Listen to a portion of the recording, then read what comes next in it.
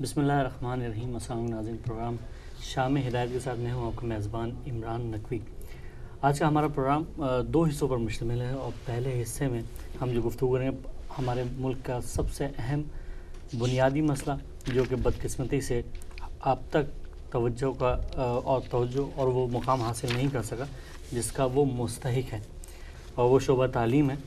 ہمارا آج کا موضوع پاکستان کا مستقبل اور ہمارا تعلیمی نظام ہے، جبکہ ہمارے دوسرا حصہ جو کہ عالمی حوالے سے ہے جو کہ یمن کی جنگ میں پاکستان کا کردار، دوسرے حصے میں ہم اس حوالے سے گفتگو کریں گے۔ تو پہلے حصے میں جو ہمارے ساتھ مہمانان گرامی اور یہ دوسرے حصے میں بھی شامل ہوں گے، پہلے حصے میں بھی ہمارے ساتھ ہیں جناب پاکستان تحریک انصاف کے نائب صدر ہیں جناب عدیل لودھی صاحب، پاکستان تحریک انصاف۔ بہت شکریہ آپ کا کہ آپ ہمارے اس پروگرام میں شرکت فرما رہے ہیں، اور ہمارے پاکستان پیپلز پارٹی کے مشہور معروف شخصیت جناب سید شہزاد کاظمی صاحب، پاکستان پیپلز پارٹی سے ان کا تعلق ہے، یہ ہمارے اس پروگرام میں اس خصوصی پروگرام میں شرکت فرما رہے ہیں۔ بہت شکریہ شہزاد بھائی آپ کا کہ آپ ہمارے پروگرام میں ایک دفعہ پھر شرکت فرما رہے ہیں۔ اور اسی پروگرام میں ہمارے ایک اور مہمان ہیں جناب اقبال سدھو، جو کہ پاکستان مسلم لیگ نون سے جن کا تعلق ہے، وہ بھی اس پروگرام میں آپ کے سامنے ہوں گے انشاءاللہ، وہ بھی شرکت فرما رہے ہیں اس پروگرام میں۔ اور اس کے علاوہ پاکستان سے جو کہ یمن کے حوالے سے ہمارا پروگرام ہے دوسرا حصہ، اس میں علامہ قاضی احمد نورانی صدیقی صاحب JUP کے، وہ پاکستان سے اس میں شرکت فرمائیں گے، اور اسی میں جناب علامہ ناظر عباس تقوی صاحب بھی اسی پروگرام کا حصہ بنیں گے پاکستان سے یمن کے موضوع کے اوپر۔ اور اس میں جناب تجزیہ نگار ہیں سید وجاہد حسن ہادی صاحب، وہ اسلام آباد سے ہمارے اس پروگرام میں شرکت فرما رہے ہیں، وہ بھی اس پروگرام کا حصہ بنیں گے۔ تو اس پروگرام میں سب سے پہلا جو ہمارا جو موضوع ہے وہ پاکستان کی جو تعلیمی نظام ہے، اس میں اس کا مستقبل اور ہمارا تعلیمی نظام، جس میں جو سیاسی جماعتیں ہیں ان کا کیا کردار ابھی تک رہا اور کیا ہے، ان کے بارے میں معلومات حاصل کریں گے۔ تو سب سے پہلا سوال تو میں پاکستان پیپلز پارٹی کے مشہور معروف جو رہنما ہیں جناب شہزاد کاظمی صاحب آپ سے پوچھنا چاہوں گا، کیونکہ پاکستان کی پہلی تعلیمی پالیسی جو ہے شہید ذوالفقار علی بھٹو صاحب نے دی، جو کہ مئی 1972 میں انہوں نے یہ تعلیمی پالیسی دی، اور اس پالیسی کے تحت میٹرک تک کی تعلیم جو تھی وہ ہر شہری کا بنیادی حق تھا، اور وہ اس کو مطلب دی جائے گی۔ لیکن پیپلز پارٹی کی جو بھی حکومت آئی، مطلب جب سے آ رہی ہے اور جا رہی ہے، اور پچھلی حکومت بھی 5 سال ماشاءاللہ آپ کی رہی، لیکن تعلیم کے اوپر کوئی ایسا اقدام نہیں دکھائی دیا جس سے جو ذوالفقار علی بھٹو صاحب نے ایک موضوع دیا اور ایک پالیسی بنائی تعلیم کے حوالے سے، اس کے بارے میں ہمیں آپ بتائیں کہ کیا وجہ ہے اس کی۔ بسم اللہ الرحمن الرحیم۔ سب سے پہلے تو میں ہدایت ٹی وی کی ٹیم کا ایک بار پھر شکریہ ادا کروں گا کہ جنہوں نے پاکستان پیپلز پارٹی کے اس ادنا سے کارکن کو ایک بار پھر موقع دیا کہ وہ آئے اور اپنی پارٹی کا موقف بیان کرے۔ میں سمجھتا ہوں کہ آپ نے آج جو موضوع رکھا ہے اور اس کا جو آپ نے بنیادی سوال پاکستان آزاد 1947 میں ہوا تھا، اور ایک اور خوبصورت بات جو آپ نے آج ہدایت ٹی وی جس کو پوری دنیا دیکھ رہی ہے اس کے توسط سے لوگوں کو بتایا، اویئرنیس دی کہ تعلیمی پالیسی پاکستان میں باقاعدہ ذوالفقار علی بھٹو شہید 1972 میں لے کر آئے تھے، جس کے لیے میں ہدایت ٹی وی اور آپ کا بڑا شکر گزار ہوں۔ میں سمجھتا ہوں کہ ذوالفقار علی بھٹو شہید کو اقتدار پہلے تو یحییٰ خان ڈکٹیٹر نہیں منتقل کر رہے تھے۔ جب بھٹو صاحب کو جو ہی اقتدار ملا تو ان کی خوبصورتی دیکھیں، ان کی ذہانت دیکھیں، اور ان کے کام جتنے بھی کام ہیں وہ بہت زیادہ کام ہیں، اگر میں ان کی تفصیل شروع کر دوں گا تو لمبی بات ہوگی۔ لیکن تعلیم کے حوالے سے میں کہنا چاہتا ہوں کہ ان کو اقتدار ملا 21 دسمبر 1971 کو، اور مئی کے 1972 میں انہوں نے تعلیم پالیسی دے دی۔ تو آپ سمجھ سکتے ہیں کہ ذوالفقار علی بھٹو شہید کو پاکستان سے اور پاکستان کی عوام سے کتنا لگاؤ تھا، کہ جو شخص خود پاکستان کے، جن کے والد 35 سال مسلسل انگریزوں کے دور میں 35 سال جو آپ وزیر اعظم ان کو کہہ سکتے ہیں رہے، اور منہ میں سونے کا چمچہ لے کر پیدا ہونے والا شخص ان سب چیزوں کو ٹھکرا کر وہ پاکستان کے لیے، پاکستان کو آگے لے کر بڑھنے کے لیے اپنی ساری طاقت لگاتا ہے، جس میں وہ تعلیم، پاکستان کا ایٹم بم تمام اسلامی ممالک کو اکٹھا کرنا اور پاکستان کو ترقی کی راہ پر گامزن کرنے کے لیے انہوں نے کوشش کی. بالکل. آپ کی جو بات ہے، میں ذوالفقار علی بھٹو شہید نے 1967 میں پاکستان پیپلز پارٹی کی جب بنیاد رکھی تھی، تو وہ بنیاد آزاد کشمیر میں میرے والد محترم سید نثار حسین شاہ صاحب نے 12 اکتوبر 1971 کو رولنگ پارٹی سردار عبدالقیوم خان صاحب کی مسلم کانفرنس کو چھوڑ کر پاکستان پیپلز پارٹی میں ضیاء خان ڈکٹیٹر کی موجودگی میں میرے والد صاحب نے پاکستان پیپلز پارٹی میں شمولیت کی اور پاکستان پیپلز پارٹی کی بنیاد رکھی ایز اے ممبر اسمبلی. تو میں سمجھتا ہوں کہ میرے والد صاحب نے جس وجہ سے بنیاد رکھی تھی، میں چاہتا ہوں کہ آپ کا سوال اس سے ریلیٹڈ ہے. اور میرے جس جگہ پہ میں رہتا ہوں کوٹلی میں، اس میں جو ہمارے بزرگ ہیں جو میرے والد صاحب کے ساتھی تھے، وہ اویئر ہیں اس بات سے کہ اس وقت سردار عبدالقیوم خان صاحب کو میرے والد صاحب نے کہا کہ میں چاہتا ہوں کہ لڑکے اور لڑکیوں کا سکول الگ ہو، لوگ اپنی بیٹیوں کو پڑھنے کے لیے نہیں بھیج رہے. بالکل یہ 70 کی بات ہے، بالکل 71 کی. جی.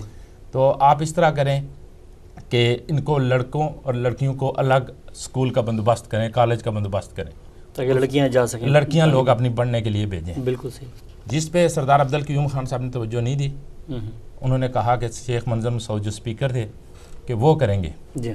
تو شیخ منظر مسعود صاحب سردار صاحب کہیں چلے گئے تو وہ قائم مقام صدر تھے، انہوں نے نہیں کیا. میرے والد صاحب نے مسلم رولنگ پارٹی کو چھوڑ کے جی. پاکستان پیپلز پارٹی میں شمولیت کی. جی. اور میرے والد صاحب اس وقت سے لے کر آج تک ہم لوگ پاکستان پیپلز پارٹی کے ساتھ ہیں. لیکن میرے کہنے کا یہ مقصد ہے کہ میرے والد صاحب نے اسی تعلیم جو ذوالفقار علی بھٹو نے 1972 میں دی تھی، 1974 میں بھٹو صاحب نے اپنا وعدہ پورا کیا. جی. اور کوٹلی میں لڑکے اور لڑکیوں کو الگ الگ کالج اور اسکول انٹر کالج اسکول دیے. یہ بھٹو صاحب کی مہربانی ہے اور میرے والد محترم کی کاوشوں کا نتیجہ. اور بھٹو صاحب نے جو بات کی تھی اس بات پہ عمل پیرا بھی ہوئے. بالکل. میں اپنے والد صاحب سے پوچھتا تھا کہ آپ تو پارٹی کے بانی تھے، آپ وزیر اعظم کیوں نہیں بنے؟ جی. آپ پارٹی کے بانی تھے، آپ سینئر منسٹر نہیں بنے. جی. آپ پارٹی کے بانی تھے، آپ منسٹر نہیں بنے. بالکل. تو مجھے کہنے لگے بیٹا بات یہ ہے کہ میں اللہ کا بہت شکر تھا، لیکن میں پیپلز پارٹی جب جوائن کی نا تو میں نے ملیشیا کے کپڑے اور پلاسٹک کے شوز پہن کے اسمبلی جاتا تھا. بالکل صحیح. میرے پر آج دن تک ایک سنگل کرپشن کا الزام نہیں ہے. جی. تو میرے والد صاحب کہتے تھے کہ بیٹا بھوکا پھر بھوکا، بالکل اس کے پاس اربوں ہوں یا کھربوں ہوں، اس نے کھانے سب نے کھانا ہی ہوتا ہے. تو میں ذوالفقار علی بھٹو شہید کی آنکھوں میں آنکھ ڈال کے بات کرتا تھا. میں ذوالفقار علی بھٹو کے آگے اس کے چہرے کی طرف لوگ نہیں دیکھ سکتے تھے کیونکہ میں کرپٹ نہیں تھا. بالکل. اور وہ یہ کہتے تھے میرے والد صاحب کہ ذوالفقار علی بھٹو شہید خود برے آدمی نہیں تھے، ان کے ارد گرد برے لوگوں نے گھیرا کر لیا تھا، جس کی وجہ سے یہ معاملات، جس کی وجہ سے یہ پرابلمز آئیں. اور دوسری بات جو ہے جو آپ کہہ رہے ہیں کہ ذوالفقار علی بھٹو شہید کے بعد جب جنرل ضیاء الحق صاحب آئے تو ان کا جو دور گزرا، اس کے بعد محترم بے نظیر بھٹو شہید کو جب گورنمنٹ ملی وہ یہاں سے پاکستان گئی، ان کو تھوڑا عرصہ ملا، حکومت چلی گئی. بالکل صحیح. میں یہاں آپ کو یہ روکنا چاہوں گا کہ جب ضیاء الحق صاحب کی حکومت گئی اس کے فوراً بعد جو ہے محترمہ کو حکومت ملی. اس تھوڑے درمیانی حصے میں محمد خان جونیجو صاحب بھی شامل ہوئے اور انہوں نے اسی میں حصہ لیا اور انہوں نے ایک نظام جو ہے نا واضح کیا تعلیم کے حوالے سے. اور وہ نظام تھا نئی روشنی اسکول کے حوالے سے. شام میں انہی اسکولوں کالجزوں کو یوز کیا انہوں نے، اور شام میں جو ہے جو لوگ دن میں نہیں کام کریں وہ شام میں پڑھ سکتے تھے. لیکن کیا وجہ تھی کہ محترمہ نے اپنے آنے کے بعد ان چیزوں کو ختم کر ان کو کیوں ختم کیا؟ میں بتاتا ہوں آپ کو. محترم بے نظیر بھٹو شہید جب اقتدار میں آئی نا تو ایک رسی غلام اسحاق خان کی صورت میں ہمارے پیچھے ڈالی ہوئی تھی کھینچنے کے لیے. ہمارے پاس اکثریت اس طرح نہیں تھی جو اسمبلی میں ہونی چاہیے تھی. بالکل صحیح. اور اس کے بعد کچھ ہی عرصہ گزرا جب پیپلز پارٹی کا قد بڑھنے لگا، حکومت صحیح رستے پہ چلنے لگی، انہوں نے کرپشن کے الزام لگا کے ہماری حکومت ختم کر دی. پھر میاں صاحب آ گئے، پھر میاں صاحب کی چلتی ہوئی، پھر ہم آئے ہماری چلتی ہوئی، پھر میاں صاحب آئے ان کی چلتی ہوئی، پھر مشرف صاحب آ گئے. پھر مشرف صاحب نے جو 8 سال لگائے انہوں نے تو بندوق کی نوک پہ ایک قسم سے لوگوں سے ڈیل کیا ہے، اور ان لوگوں کو وہ اپنے ساتھ ملا کر لے کے آئیں کہ جن کے پاکستان کی ہسٹری میں آپ بھی بہتر جانتے ہیں، سب لوگ بہتر جانتے ہیں کہ کن لوگوں کو انہوں نے استعمال کیا اور کن لوگوں کے ساتھ وہ معاملات لے کر چلے. پاکستان کا المیہ یہ ہے، آپ کا میں لانگ سٹوری کٹ شارٹ کرتا ہوں کہ پاکستان میں ڈیموکریسی کو ٹائم نہیں ملا، بالکل ٹائم نہیں. پہلی دفعہ 5 سال پاکستان پیپلز پارٹی کو ملے جس میں آصف علی زرداری صاحب نے اپنی فہم و فراست کے ساتھ آئین کو اپنی شکل میں بحال کیا. بنیادی چیزیں جو ہیں جو لانگ ٹرم کام آنے والی ہیں، صوبائی خود مختاری، اپنے اختیارات پارلیمنٹ کو منتقل کرنے، بے نظیر بھٹو انکم سپورٹ کے تحت لوگوں کی مدد کرنی. لیکن میں یہ کہنا چاہتا ہوں کہ بہت ساری خامیاں پاکستان پیپلز پارٹی کے 5 سالہ دور میں ہوئی ہیں, لیکن ابھی ٹائم لگے گا, ابھی وقت لگے گا. ابھی میاں صاحب آئے. کاظمی صاحب, اگر 5 سال کے اس عرصے کے اندر اگر شروعات کر دی جاتی تعلیم کے لیے بچوں کی, یا وہاں پہ ہم بنیادی تعلیم کو اس طرح کر دیتے کہ بھلی فری نہ کرتے لیکن آسان کر دیتے, یا ہم گورنمنٹ اسکول کو ایک ماڈل اسکول بنانے میں کچھ کردار ادا کرتے, تو آپ کیا سمجھتے ہیں کیا ہم ان 5 سال کو استعمال نہیں کر سکتے تھے اس اہم کام کے لیے؟ آپ کی بات سے میں 100% ایگری کرتا ہوں, لیکن پرابلم یہ ہے کہ پاکستان پیپلز پارٹی کو جب گورنمنٹ ملی ہے جی, اور آصف علی زرداری صاحب کو جو گورنمنٹ ملی ہے وہ محترم بے نظیر بھٹو شہید کی شہادت کے بعد ملی ہے. جی, اگر محترم بے نظیر بھٹو شہید وہاں پہ ہوتی, جی, ان کو اقتدار ملتا 5 سال, اور اگر آپ مجھ سے آج یہ سوال کرتے تو اس کا میں آپ کو کوئی ڈیفرنٹ جواب دے سکتا تھا. میرے نزدیک آصف علی زرداری صاحب نے ایک اپنی نئی ٹیم بنائی جی, جو ان کے اپنے ذاتی اعتماد والے لوگ تھے. پاکستان پیپلز پارٹی کے کارکنوں اور پاکستان پیپلز پارٹی کے لیڈروں کو بھی لے کر آگے چلے, لیکن جس میں نیر بخاری صاحب سینٹ کے چیئرمین ہیں, جہانگیر بدر صاحب کو انہوں نے سینٹر بنایا, اور بھی بہت لوگ ہیں. لیکن کچھ ٹیم وہ اپنی بھی لے کر آئے, ان کو کچھ ٹائم لگا سیٹل ہونے میں. وہ سیٹل جب وہ مکمل طور پر سیٹل ہوئے, اس میں ان چیزوں میں تھوڑا وقت لگتا ہے, اور میں سمجھتا ہوں کہ آصف علی زرداری صاحب نے بہت کوشش کی اور بہت سارے معاملات انہوں نے, اور ساتھ میں جو دہشت گردی کی ایک لہر پاکستان میں تھی جو سب سے ضروری پاکستان کی, جس میں سب سے زیادہ خدشات ہیں اور پاکستان کو جس سے سب سے زیادہ خطرہ ہے, اس میں اس وقت جب پاکستان پیپلز پارٹی کو گورنمنٹ ملی تھی, آپ کو یاد ہوگا, آپ تو اینکر بھی ہیں, کہ ایک ہم اس خبر کا انتظار کرتے تھے کہ آج دھماکہ نہ ہو. جی بالکل, اور بہت زیادہ اس طرح کے حالات کہ وہ یہ خبر بنتی تھی کہ آج دھماکہ نہیں ہوا. تو آہستہ آہستہ کرتے کرتے اللہ تعالیٰ نے مہربانی کی, اللہ تعالیٰ کی مہربانی کی وجہ سے رحمان ملک صاحب نے, چلو ان پہ بہت تنقید ہوتی ہے, لیکن میں سمجھتا ہوں کہ انہوں نے بہت ہی دلیرانہ سٹیپس لیے اور بہت ہی دلیرانہ جرت کے ساتھ انہوں نے دہشت گردی کو للکارا, سامنے کھڑے ہو کے للکارا انہوں نے, اور کوشش کی کہ اس کو جتنا وہ کم سے کم کر سکتے تھے انہوں نے کی. بالکل. اچھا, اب میں عدیل لودھی صاحب جو کہ تحریک انصاف سے آپ کا تعلق ہے, پاکستان میں جو ہمارا نظام ہے, تعلیمی نظام جو ہے مختلف حصوں میں بٹا ہوا ہے. ہمارا نصاب جو ہے وہ ایک نہیں ہے, ہمارے مدرسوں کا سسٹم ہے, اس ایک نظام جو ہے مدرسوں کے سسٹم میں آتا ہے, دوسرا جو ہے سیکنڈ جو ہے نظام جو ہے پبلک سیکٹر کی طرف آتا ہے, تیسرا جو ہے پرائیویٹ کے حوالے سے آتا ہے جو بالکل ہی ناقص ہے. 68 ایئرس ہو چکے ہیں اس حوالے سے اس تعلیمی نظام کو بہتر کرنے کی کوئی سنجیدہ کوشش نہ تو دکھائی دی اور نہ ہی ہمیں, تو کیسے یہ نظام صحیح ہوگا, کیسے مطلب ہماری آنے والی نسل جو ہے تعلیم یافتہ ہو سکے گی, کیوں ہم ان چیزوں سے باہر ہی نہیں نکل پا رہے کہ ایک دوسرے کے اوپر ایک دوسرے کی باتیں کرنے پہ کہ اس نے یہ کیا یا اس نے وہ کیا, لیکن ہمارا جو بنیادی جو لوگ ہیں وہ تو تعلیم سے محروم ہیں ابھی تک. جی بسم اللہ الرحمن الرحیم. تھینک یو عمران بھائی. کئی چیزیں ہیں جو کہ ہمیں ایز اے نیشن بڑھنے کے لیے ضروری ہیں, جی, اور ان میں سے ایک ایجوکیشن میں سمجھتا ہوں بہت ہی امپورٹنٹ ایریا ہے. ہمارے بہت مسئلے ہیں, بہت پرابلمس ہیں پاکستان میں, لیکن ایجوکیشن ایک ایسے ٹول ہے جو کہ ہمیں ان پرابلم سے نکلنے کا راستہ دکھا بھی سکتا ہے اور منزل پہ پہنچا بھی سکتا ہے.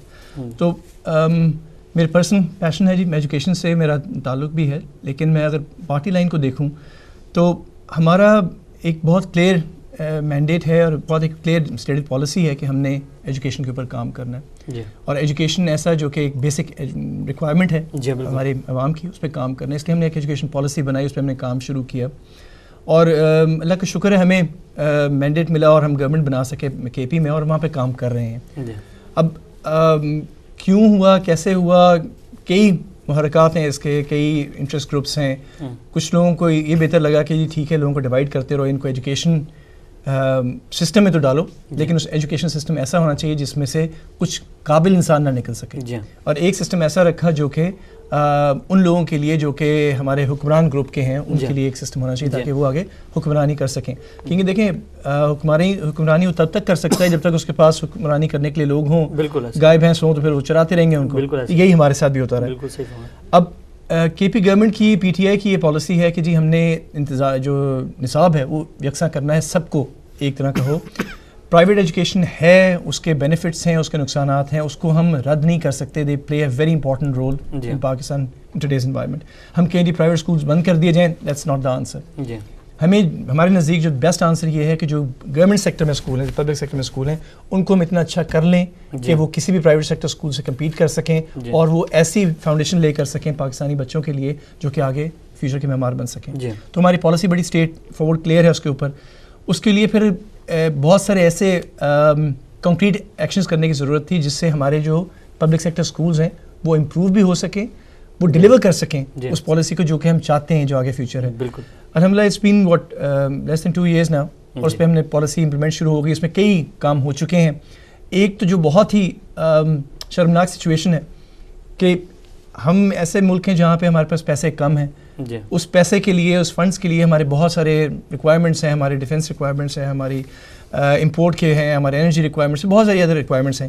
اس میں سے جو ہم پیسے نکالتے ہیں اپنے بجٹ میں, ایک تو ہم ایلوکیٹ ایجوکیشن کے لیے بہت کم کرتے رہے جس کی وجہ سے ہمارا ایجوکیشن سیکٹر ہمیشہ پسماندہ رہا, اور جو ایلوکیٹ ہوتے بھی تھے وہ بھی کبھی یوٹیلائز نہیں ہوئے. کبھی گوسٹ اسکولز بن جاتے ہیں, کبھی آپ کے وہ گوسٹ امپلائیز ہوتے ہیں اس کے, اور اس پہ چلتا رہا سلسلہ. اور یہ پچھلے تقریباً 70 سال سے ایسے ہی چل رہا ہے کہ وہ جو پیسے ہیں وہ فری فنڈ کے ہیں, اس پہ کوئی اکاؤنٹیبلٹی نہیں ہے. اس میں اس کو جو پیسے تھوڑے ایلوکیٹ کیے پہلے, اور جو ایلوکیٹ کیے وہ بھی ویسٹ کر دیے.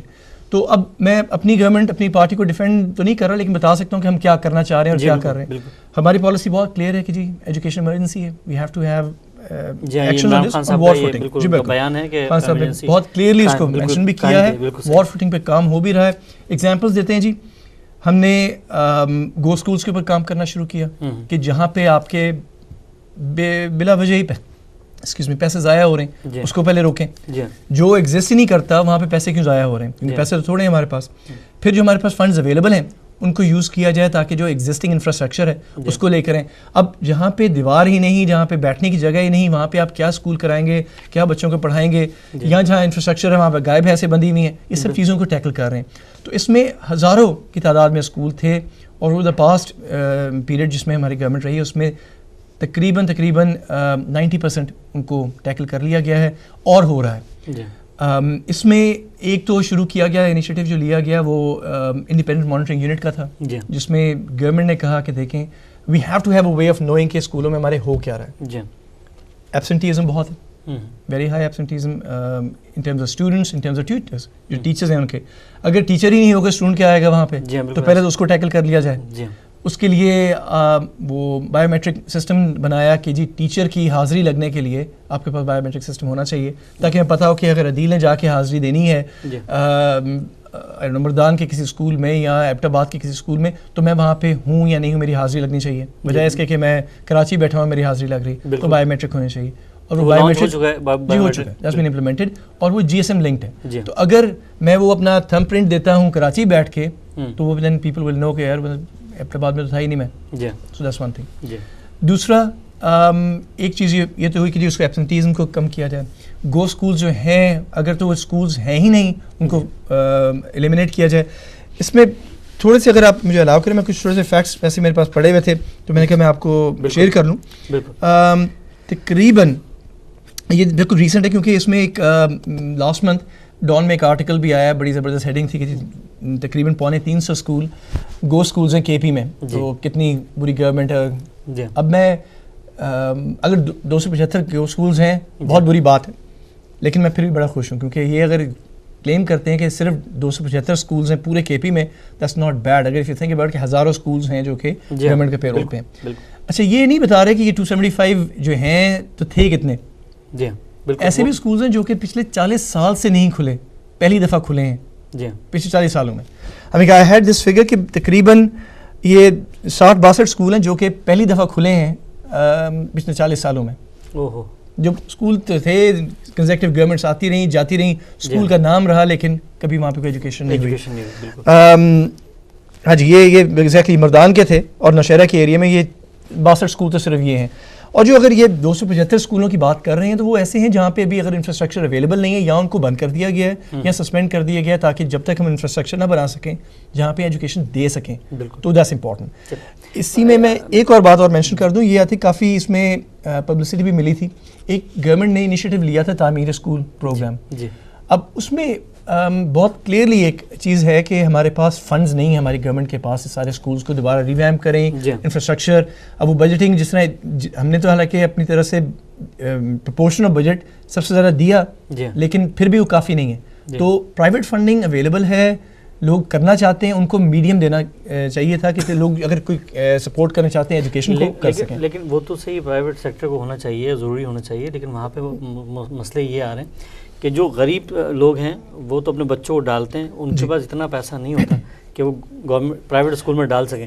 اچھا, بہت تیزی سے وہ کیا کرتے ہیں, کچھ ٹائم کے بعد جو ہے نا, اگر ان کے تھوڑے سے حالات بہتر ہوتے ہیں, یعنی والدین جو ہے پیٹ کاٹ کے وہ اس طرح کا سلسلہ چل رہا ہے, وہ بچوں کو پھر ان اسکولوں میں ڈالتے ہیں, اور پھر لا اینڈ آرڈر کا سچویشن بھی ہے. تو میں یہ سوال آپ کے پاس چھوڑ کے جا رہا ہوں, اور اس کے بریک کے بعد جو ہے نا دوبارہ آپ سے اسی سے ہم دوبارہ کنیکٹ ہوں گے. ناظرین, مختصر بریک, اور بریک کے بعد پھر آپ کی خدمت میں حاضر ہوتے ہیں.